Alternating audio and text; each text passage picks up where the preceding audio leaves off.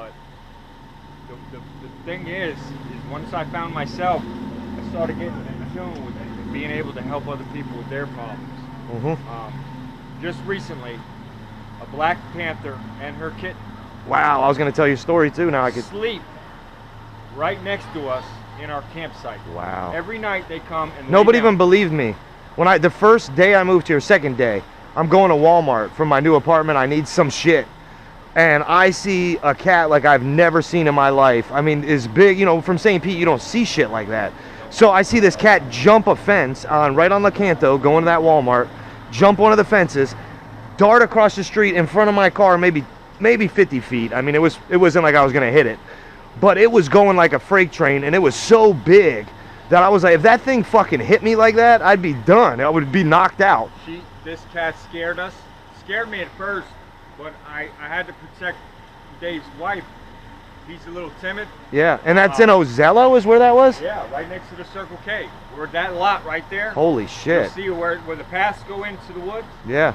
The first night she came and camped with us, well, scared us. You guys stayed your distances? Well, I stayed outside the tent. I had another staff with a spear on it. Which is smart, yeah. I stood there like this.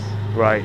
Waiting for her to come to lunch. Yeah, you had no choice. I don't carry firearms. And you're an Indian, yeah, so I get it. I was fearful but respectful with it. I got it, yeah, I know. Once she laid down on her belly, and I seen the kitten come up out of the woods, like it was okay to come around. Wow, she let the kitten out yes. then. Well, the kitten come up between probably me and that post right there, the second one over. Yeah. And I don't feed wild animals. Yeah. And the baby come up and looked around, and there were some potatoes that we were putting in the ground to try to cultivate them. Yeah. And grow more potatoes. And she come up and she patted them out of the ground, like right off the top of the soil, patted them over to Mom. Mom smelled them, and she backed up, took 2 feet back, and the kitten came over to her and bellied down with her. Mm-hmm. They didn't move the rest of the night. Wow. The next day, sun comes up, they're gone. They go out foraging all day. The next day, right an hour after sundown, here they come again. Everybody get in your tents, back to squaring off. Right. But this time, you could see her tail going flap, flap, flap, flap, and then I heard purr, purr, the constant purring. It's a good thing, right? But you could feel it in the ground. Yeah. She's so massive. But that means she's comfortable. Yes. So the purring came, and once the purring came, I said, you know what? She's cool with us. Yeah. I sat down out in the lounge chair, and she come up and she sat right next to me. Wow. Like it was my cat. That's crazy. Last night, I went in my tent and I'm sleeping, and Mama Cat took her paw, and the walls of the tent you can like push in on them. Right. She took her paw and had her paw like this on my head. Wow. All night while I was sleeping. That's amazing. All she had to do was take her claws, and she could have ripped the whole side of. Yeah. She knows who you are. She's not concerned. I'm out in the woods all the time. And yeah. So would you mind at all if I use some of this on YouTube? I mean, you can. I don't want to if you don't want me to. I just think it's a great story. You can if you want. If you want to ever come out and film, I'd have to get the permission. No, I'm talking about just this conversation, and we'll get to know each other. Definitely. So I wasn't recording, but I met this gentleman here, which I'm bad with names. What was your name again?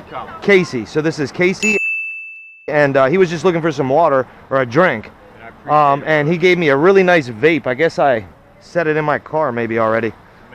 A mango vape, right? So just for a drink. I mean, it was nicer than what the drink I bought him, you know. So he just told us that story, and it was great. So I'm still heading over to where he goes. He's from Ozello right now. He hangs out over there. He makes these staffs. So he's gonna make me one that's for a Pisces. We kind of talked about it a little bit. So I think that would be really cool. But we're gonna head over to Ozello, see if we can catch a few fish or just see something beautiful over there, man. If you go down to Ozello, go around the bends. Past John Brown Road, John Brown, there's a John Brown dock. Yep, I know that dock, yep. Go a little bit further on your left side, you'll see wiring cable that blocks the state preserve off. Right. They allow public access as long as you park on the right-hand side of the road proper. Okay. You walk through the path, you'll see where the rut where people go back into the water. Okay. It's called Trout Pond. If you're going to fish, That's the place Wait to go. for the high tide. Yep. You come an hour after, you'll see the porpoises coming in. Wow. Once the porpoises feed, then you start casting your line. Yeah, maybe we can get together and do that together, man. Start catching. You know, I wouldn't be. It takes a little bit for me to trust people. Yeah, I think I trust you for the most part to take me to this trout pond, just me and you, you know, and do a little fishing. Anybody in this life but God and yourself. Yep. So that'd be cool, man. I'll probably catch up with you over by Ozello. And I'm gonna also make you a primitive fishing rod. All right, sounds good, Okay. man. So we'll catch back up with Casey and pretty soon, hopefully. Okay, All right, see you, man. Take care. God bless you. Appreciate it. You too. So that was pretty neat. You never know who you're gonna meet, you know, and what their stories are. It was off camera, but he told me quite a bit. I guess he was had a big thing on YouTube where they were getting hundreds of millions of views a day. Him and a guy named Wheelchair Dave. So maybe you can look that up, or I'll look it up. But same kind of a thing. They started recording their life, and you know, he's in Ozello now. He said he came from Clearwater with like 100 and some people, and he's an Indian. So, you know, I don't know how all that works, but you know, he's trying to become one with nature, and that was quite a story he told me. And it really was crazy because I had a similar experience when I first moved here with a black panther. And to this day, most people I tell that story to don't believe me, that there was a black panther. But I'm telling you, there was, and it was big, and it was scary. It jumped a fence like nothing, and it was going so fast. I remember thinking, if this thing hits me, you know, at that speed, what it's capable of. It was like nothing I've ever seen in person. So I came from St. Petersburg, you know, it's all people, basically, some fishing, but you don't see any wildlife like that, especially a black panther. So when I saw that, it really shook me up a little bit, and I'm like, where did I just move to?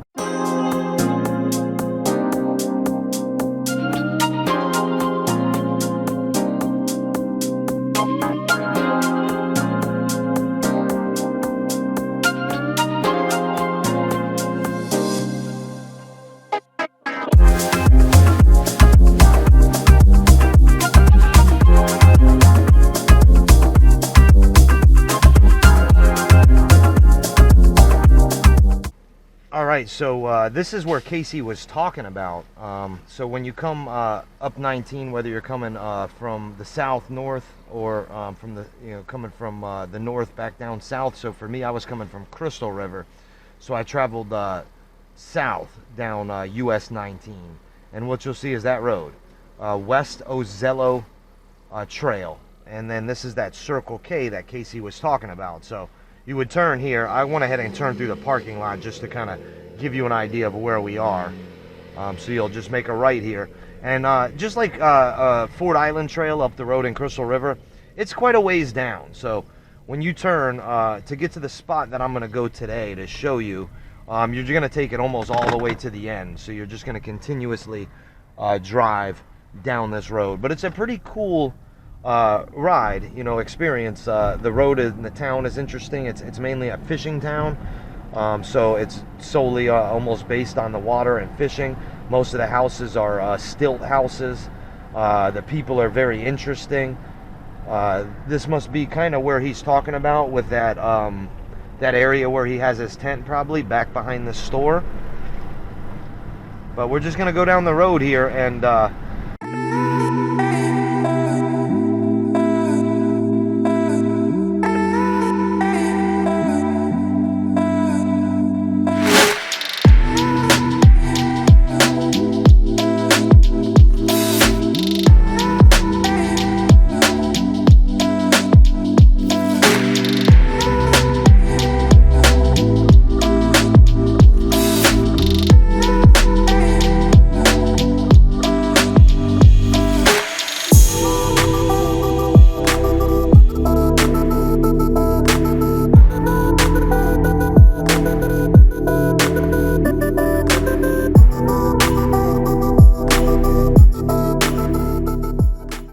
and like I said, this whole area, if you live down south and you're tired of the hustle and bustle and you have an opportunity to move a little north, I've really enjoyed the area coming up here from St. Petersburg, and I still love St. Pete. There's a lot I love there and I love to visit, but I'm super happy I moved up to Crystal River, and was able to find some of these little special places that I just couldn't find there. I used to go to Wheaton Island a lot in St. Pete. I would go to Sawgrass, if you're familiar with the area.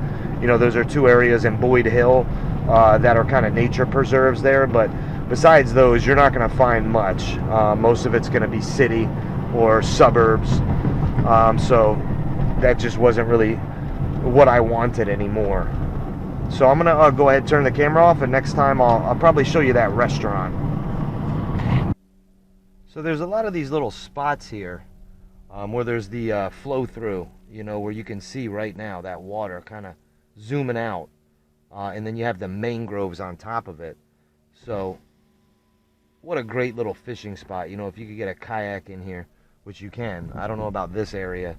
I'm not that familiar with how to navigate. And one thing you'll find in Ozello is if you come out here to kayak fish, you want to be careful. The first time I came out here, I didn't really prepare looking at maps. I just kind of came to the ramp, put my kayak in, and went. I had such a great time, you know, that I stayed out pretty late. And then I was doing some exploring, and I got lost. And it was scary because it was dark. I had one little light with me, and that was it. I ended up getting back to the boat ramp, but it really scared me. It was one of the first times where I really was lost, you know, in my life. And I didn't know how I was going to get out of it, or if I was going to get out of it, you know, and that'll scare anybody. So make sure if you do come out here to kayak fish, or you're going to be on a boat, you know, you have some either experience or some preparation before you come out here to know where you're going to go, and maybe let somebody know. Somebody didn't know where I was, so you know, I knew that, and I knew that it wasn't that far from the boat ramp, but it still was one of those real big wake-up calls where you just realize, holy crap, you know, life can change real quick if you don't prepare the right way. Nature is, you know, is very scary when it wants to be. So for me that day, it kind of showed me to be a lot safer, and I have been. So right here is the restaurant that I was telling you about. This is, let's see what they call it here. It's Peck's, that's right. Peck's Old Port Cove. So this is where I stopped that day to get that grouper sandwich. So the people were really friendly. Another thing I found, I don't think they mind. Along the road here too, I meant to mention, a lot of people fish on the way out here. I'm not sure if it's legal or not. I think there are some signs that tell you not to. But you can see Peck's has a beautiful beautiful little spot you can eat out here. It's got this bench that's really pretty. It's got all of this this open area. So I've actually walked out here and cast netted for some bait before I left the boat ramp. You can kind of see, maybe we'll get the other camera out and I'll get a little bit more of this so you can see it. But this is where we're going to be fishing. We're going to go kind of where you see that truck in the background. That's normally where I'll park. But you can fish both sides, you know. You really can fish over here. This good area for mangrove snapper, closer to this side, to the restaurant. And then the other side is where I've caught more of the redfish, trout, and snook.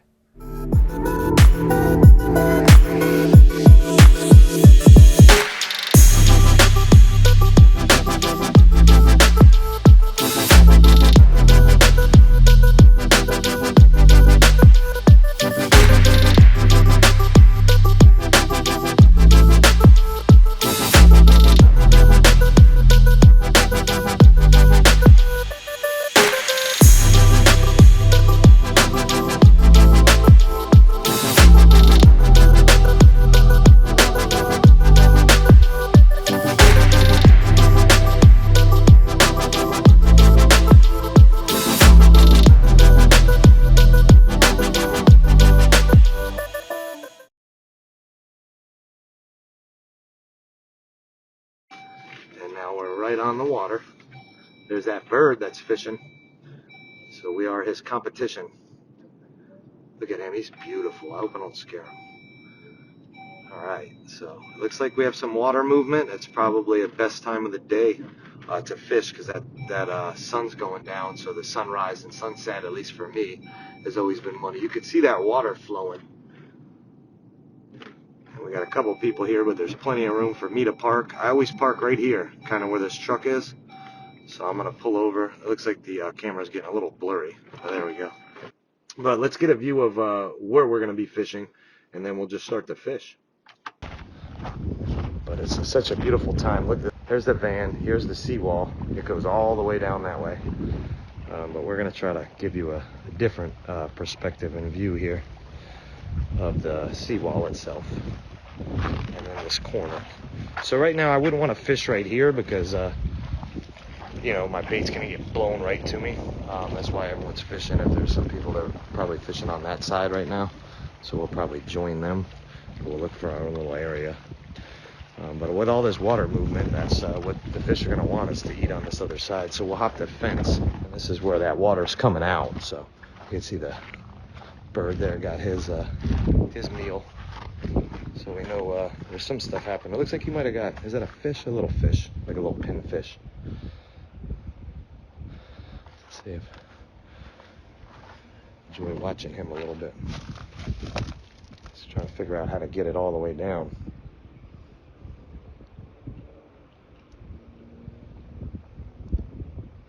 He'll figure it out sooner or later.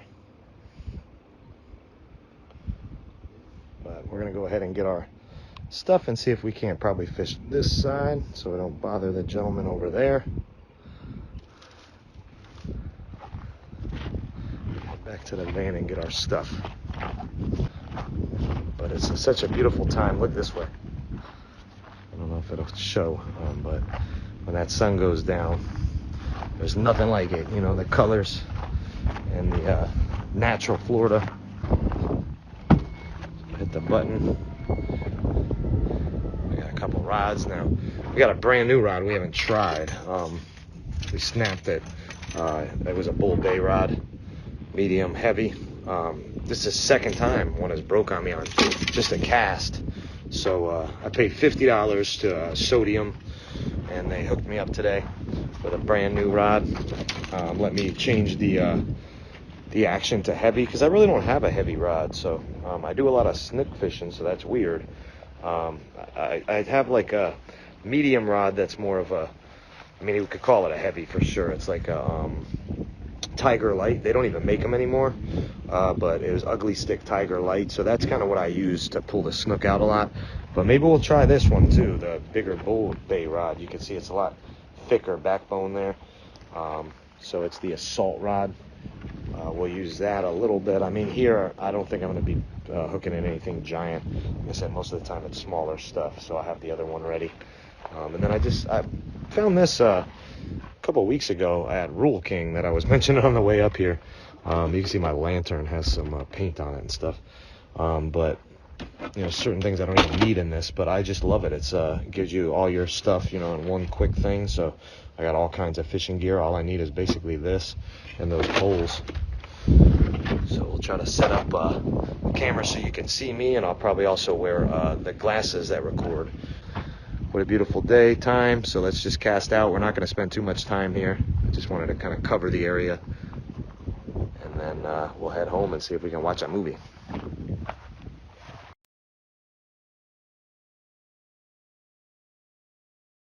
And so we're going to use that bait to start the bait from the previous trip.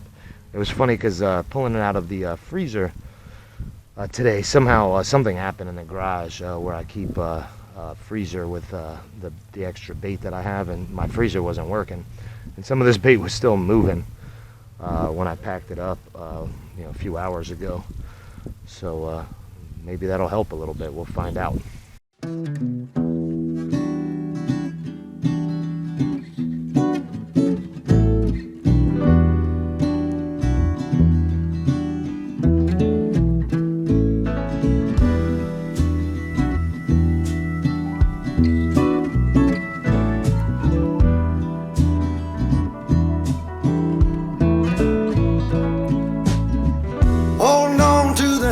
Self-destruction, and I'm back to a place that I left a long time ago.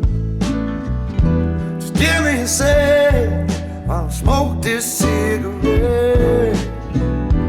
I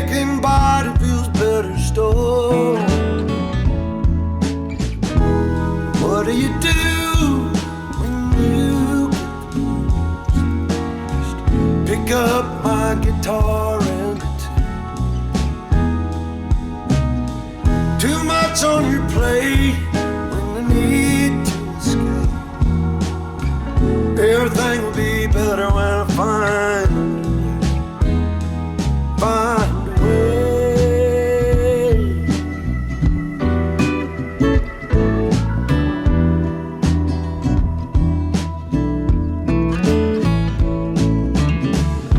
When people leave, do they ever think about you? What I'd say if I ever came back again? Well, I still wonder and I miss you. But it was a ladyfish. They're really good at spitting the hook. Let's try to see if we can nail one more. I wasn't really worried about getting that one in that much because I don't know, I just wasn't. So I was trying to force it. The bird's ready. Too much on your plate when you need to escape. Everything will be better when I find a way.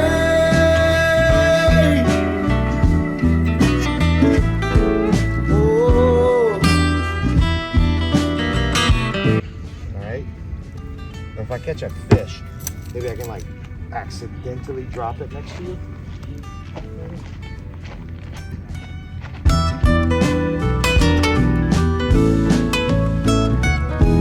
What do you do when you pick up a guitar and too much on your plate when you need to escape? Every little thing will be better when I find a way.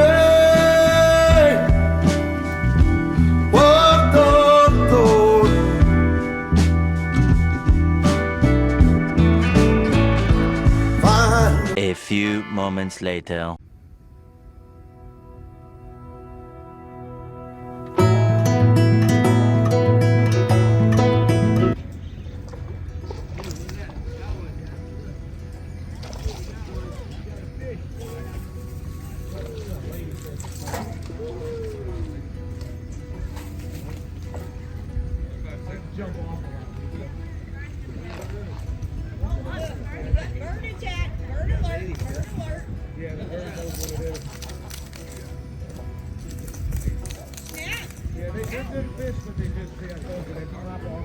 Ladyfish? Yeah, ladyfish. At least it was something. Yeah. We got a crowd here likes the ladyfish. So we'll try to get one more. So yeah, that's the second one I hooked. So that's a bunch of ladyfish feeding out there. I saw some bigger wakes though. It looks like there might be some trout with them or.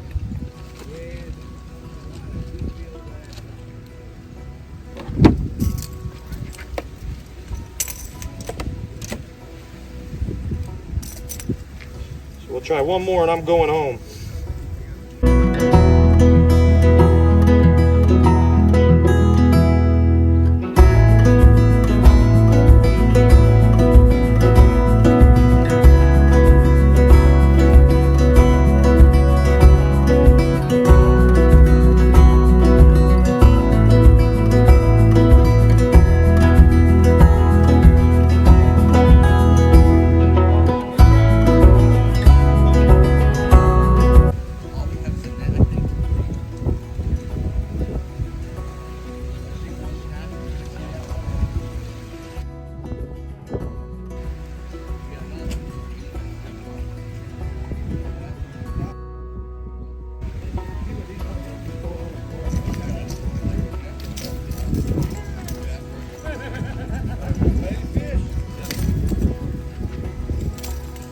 Bunch of them out there right now. I'll give it to you, buddy. I don't know if you're allowed to feed the birds. Do you guys know? Yeah, he'll feed it. Here, let's show the camera first. Hold on. Here, over here. Check it out. You got a camera. Okay. Take him over here. Over here. Ready? minute.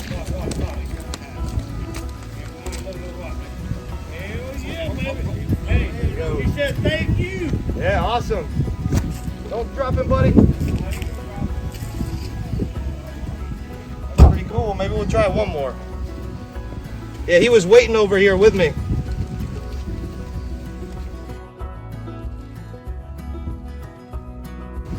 So I guess that's how you make bird friends.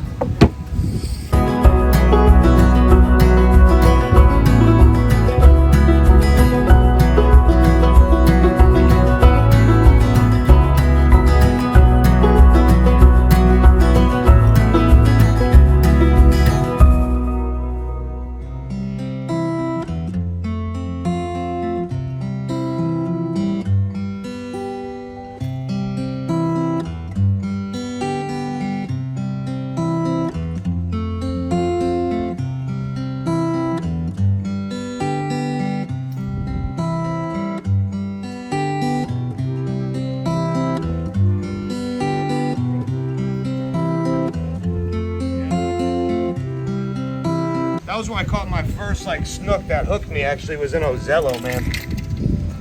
I started fishing. I'm a physical therapist. I moved here from St. Pete like about 7 years ago, and I'd say probably 5 years ago I took my kayak out there, and I was throwing a gulp, and landed like a 40-inch snook. And ever since then, man, that's my favorite fish. And that's kind of what the channel's about. Like, we have a symbol and it's a snook, you know. I just broke off 2 days ago on 2 massive snook in Ford Island. One of them, I let him run so good, man. He was on for 15 minutes, drug me around.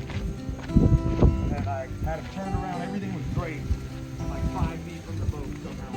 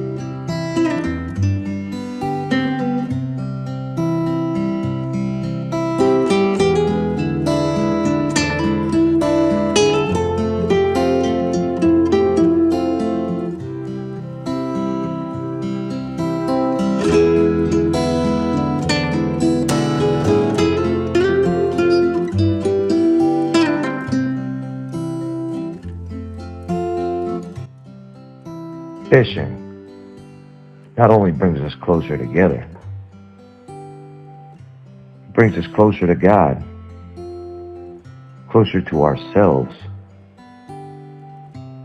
Fishing can be a way of life. So let's go.